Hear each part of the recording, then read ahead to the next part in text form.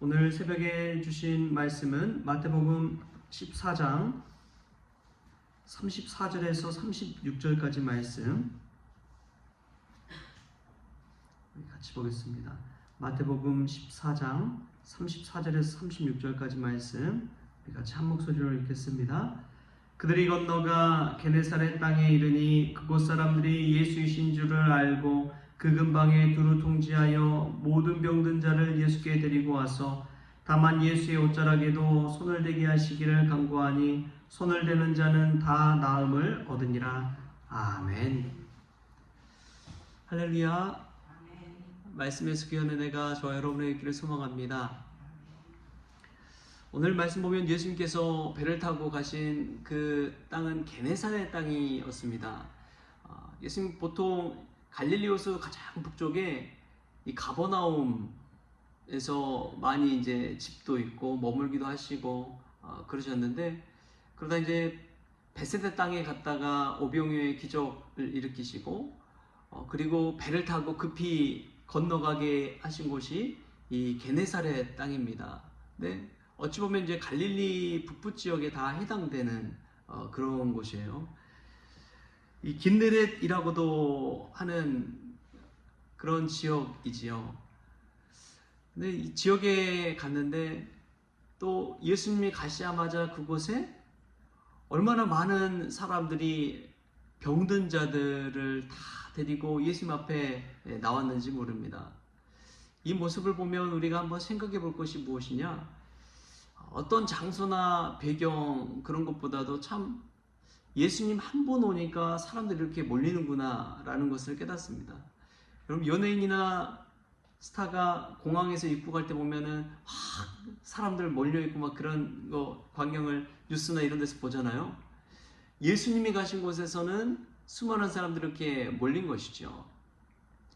이것을 볼 때 우리가 참 깨달아야 할 것이 있습니다. 뭐냐면 장소나 환경과 여러 가지 상황들보다 예수님이 얼마나 중요한지를 우리가 깨달았으면 좋겠습니다. 예수님 믿는 자들이 있는 곳이 얼마나 중요한지를 우리가 깨달았으면 좋겠습니다. 한 대대장이 인수인계를 받으러 갔어요. 여러분, 이제 참 많이 이직하는 사람들이 있거든요. 많이 이사를 가고 옮기는 사람들, 그런 직업 중에 하나가 군인입니다. 군인은 부임받으면 막 가서 또 전방에 갔다가 후방에 갔다가 그런 경우가 많이 있어요. 근데 이제 전방 이 꼴짜기 같은 곳에 가서 근무를 하게 됐는데, 딱 부임을 했는데 그 대대장이 새로 부임한 대대장을 데리고 오두막 같은 그런 곳에 가서 여기가 바로 당신이 앞으로 근무할 곳이요 하고 뒤돌아보지도 않고 그냥 가버렸대요. 보통 인수인계를 그렇게 하면 안 되는데, 그 대대장, 전임 대대장님이 얼마나 힘들고 또 부하들도 자신을 따르지 않고 이 대대 근무 환경이 얼마나 안 좋았는지 그냥 뭐 말 한마디 인수인계 종이 한 장 없이 그냥 가버린 거예요.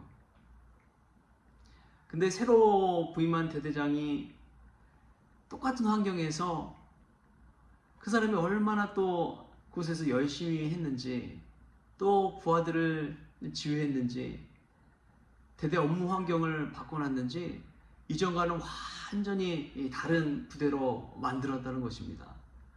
훈련도 그렇고 또 부대 사기도 그렇고 업무 환경도 그렇고 정말 비교할 수 없이 달라졌다는 거예요.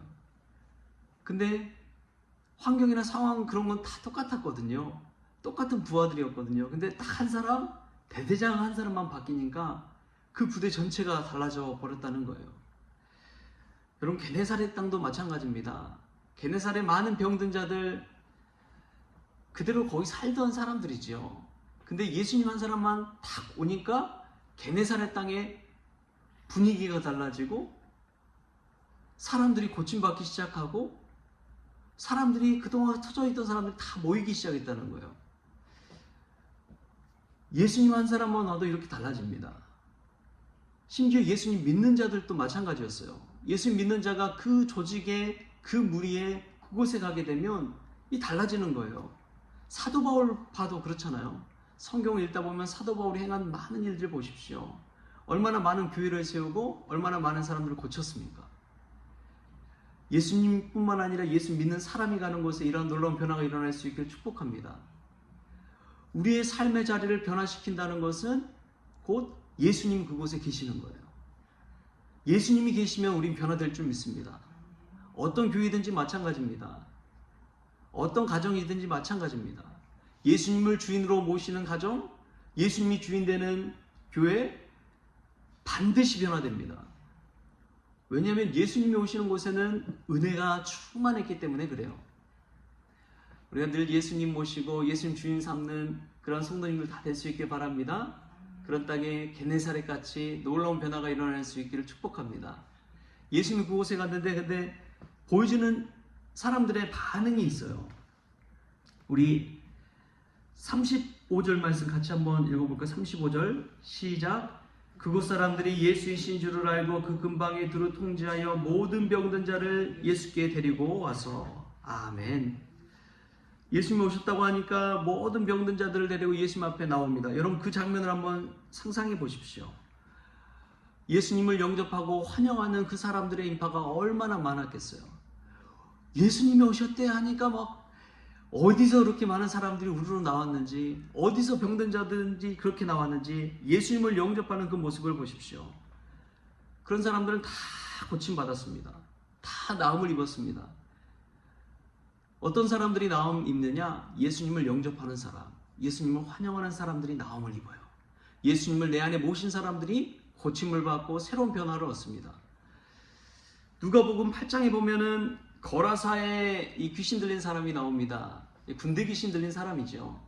예수님께서 그곳까지 가서 고치시는데 이 거라사 지방에 가서 고친 사람은 딱 그 사람 한 사람이에요.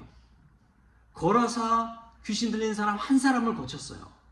근데 그 지역에서 참 놀라운 것은 그 고침받은 귀신 들린 그 고침받은 사람을 보고 거라사 지방 사람들이 예수님에게 어떤 반응을 보였느냐? 이 게네사렛 사람들과의 반응과는 정반대입니다. 어찌 보면 게네사렛 사람들처럼 예수님을 환영하고 했다면, 영접하고 했다면 그 많은 사람이 또 고침받았을지 할지 모르겠어요. 근데 거라사인의 그 지방의 사람들은 예수님을 두려워하며 떠나가시기를 강구했습니다. 예수님을 받아들이지 않았어요. 환영하지 않았어요. 영접하지 않았어요. 믿지 않았어요. 오히려 두려워하면서 예수님 떠나좀 달라고 예수님을 떠나보낸 거예요. 그 거라사 지방에 구원받은 사람은 딱 한 사람밖에 없습니다. 그 군대 귀신 받은 그 사람 딱 한 사람이었어요. 여러분 우리가 예수님 앞에 기적을 체험하고 은혜 받기 위해서는 예수님을 영접해야 됩니다. 예수님을 내 안에 모셔야 됩니다. 예수님을 온전히 믿는 사람들에게 예수님의 은혜와 능력과 기적이 임하는 거예요. 우리가 온전히 예수님을 받고 예수님을 영접하고 예수님을 믿고 따르는 귀한 성도님들 될 수 있기를 바랍니다. 무엇보다도 어떻게 이들이 고침을 받을 수 있었을까? 36절에 이렇게 나옵니다. 다만 예수의 옷자락에라도 손을 대게 하시기를 간구하니 손을 대는 자는 다 나음을 얻으니라. 여러분 여기에서 이 말씀 한 절에서 이 게네사렛 사람들의 무엇을 보십니까? 믿음이에요. 믿음이에요. 예수님의 옷자락이라도 내가 만지기만 한다면 나음을 얻을 것이란 그 믿음이에요. 여러분 옷자락 하면 누가 생각납니까? 성경에 12의 혈루증 앓는 여인이 생각나잖아요. 예수님의 옷자락, 그 수많은 사람들이 막 밀고 밀치는 상황 속에서 예수님의 옷자락에 손을 대니 12년 동안 그 병을 앓고 있었던 그 여인, 수많은 병자들, 의사들에게 병원에 가서 자신의 모든 소유를 가진 재산을 다 그냥 바치면서까지 고치지 못했던 그 혈루병이 고침받게 되는 놀라운 기적의 역사가 일어납니다. 예수님의 옷자락만 만져도 그런 일이 일어나는 거예요. 여러분 이것이 믿음입니다. 이 옷자락을 만진다는 것은 회복의 의미를 또 가지고 있어요. 예수님 곁에만 가도, 예수님 얼굴만 봐도, 예수님 옷자락만 만져도 내가 나음받고 고침받고 새로워질 것이다. 이것은 바로 믿음이 거기에는 딸려 있기 때문에 그렇습니다. 믿음으로 가는 사람에게는요, 놀라운 삶의 기적을 체험하게 되는 거예요. 예수님 곁에 얼마나 많은 사람들이 따라다녔겠습니까? 근데 그 12의 혈루증 앓는 여인만 예수님의 옷자락을 만져서 고침받았다고 성경은 기록하고 있습니다. 믿음으로 예수님 앞에 나아가는 사람, 예수님을 사람으로 대하는 것이 아니라 예수님을 그리스도로 대하며 나아가는 그 사람, 예수님을 단순히 목수의 아들로 대하는 것이 아니라 하나님의 아들로 믿고 나아가는 사람, 그 사람에게 이러한 놀라운 믿음의 기적이 일어나는 것이죠. 여러분, 아주 작은 믿음일지라도 산을 옮길 것이라는 예수님의 말씀을 생각하십시오. 그 예수님의 말씀을 기억하십시오. 아주 작은 믿음의 그 사람 한 사람일지라도 하나님께서 역사하고 능력 주시고 은혜 부어주시면 회복되고 기적이 일어나고 다시 살아나게 되는 놀라운 역사가 일어날 줄 믿습니다. 게네사렛 땅에서 그러한 기적이 일어난 거예요. 여러분, 우리는 어떻습니까? 어떤 믿음으로 예수님 앞에 나아갑니까? 날마다 해도, 기도해도 응답이 없을 때 우리의 믿음은 어떻습니까? 예수님의 옷자락이라도 만지면 고침받을 것이란 그 믿음으로 나아가고 있습니까? 아니면 기도해도 안 돼, 아무리 강구해도 안 돼, 이런 믿음으로 나아가고 있습니까? 하나님의 때에 반드시 응답될 줄 믿습니다. 여러분, 그 믿음으로 기도하십시오. 그 믿음으로 예수님의 옷자락이라도 붙잡으십시오. 어떻게 해서든지 고침받고자 나음받고자 예수님 앞에 몰려온 그 사람들을 생각해 보십시오. 그 사람의 마음속에는 간절함이 있었어요. 한번 하고 마는 그런 것이 아니었습니다. 끝까지 붙드는 그 간절함이 있었습니다. 해도 안 되면 그만이지, 이런 것이 아니었어요. 주님, 어떻게 해서라도 고쳐주십시오. 어떻게 해서라도 이뤄주십시오. 어떻게 해서라도 응답해 주십시오. 이런 사모함과 간절함이 있었습니다. 이런 간절한 믿음을 가지고 나아가는 자에게 주님께서 역사해 주신 것이지요. 오늘 우리에게도 그러한 믿음이 있기를 바랍니다. 그러한 사모함이 있기를 바랍니다. 그러한 간절함을 가지고 기도하며 나아가십시다. 그때 우리의 삶 가운데 게네사렛 땅에 임한 놀라운 주님의 은총이 저와 여러분에게도 일어날 줄 믿습니다. 기도하겠습니다. 주신 하나님, 감사합니다. 장소보다 예수님이 중요한 줄 믿습니다. 배경과 상황보다도 예수님이 중요한 줄 믿습니다. 예수님 믿는 자들만 가도 그 조직이, 그 사회가, 그 장소가 변화된 것처럼 정말 예수 믿는 한 사람 한 사람이 중요하다는 것을 깨닫습니다.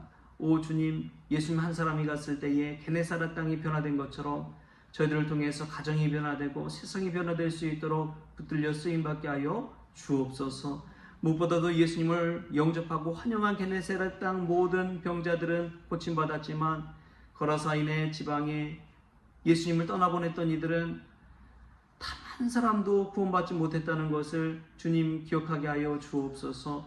예수님을 온전히 내 안에 모시고 주인으로 모시는 인생 되어지게 하여 주옵소서. 무엇보다도 예수님의 옷자락을 만지기만 해도 고침받을 것이란 그 믿음으로, 간절함으로, 사모함으로 나아가는 저희들 되기를 원합니다. 오늘 이 새벽에도 마치 처음 예수님을 만나고 처음 예수님을 영접하고 예수님과의 첫사랑을 기억하며 주님 앞에 기도하는 모든 종들 되어지게 하여 주옵소서. 감사하며 예수님의 이름으로 기도하옵나이다. 아멘. 우리 주님이 가르치신 기도로 오늘 새벽 기도를 마치겠습니다. 하늘에 계신 우리 아버지여, 이름이 거룩히 여김을 받으시오며 나라가 임하시오며 뜻이 하늘에서 이루어진 것 같이 땅에서도 이루어지이다. 오늘 우리에게 일용할 양식을 주시옵고 우리가 우리에게 죄진 자를 사하여 준 것 같이 우리 죄를 사하여 주시옵고 우리를 시험에 들게 하지 마시옵고 다만 악에서 구하시옵소서. 나라와 권세와 영광이 아버지께 영원히 있사옵나이다. 아멘.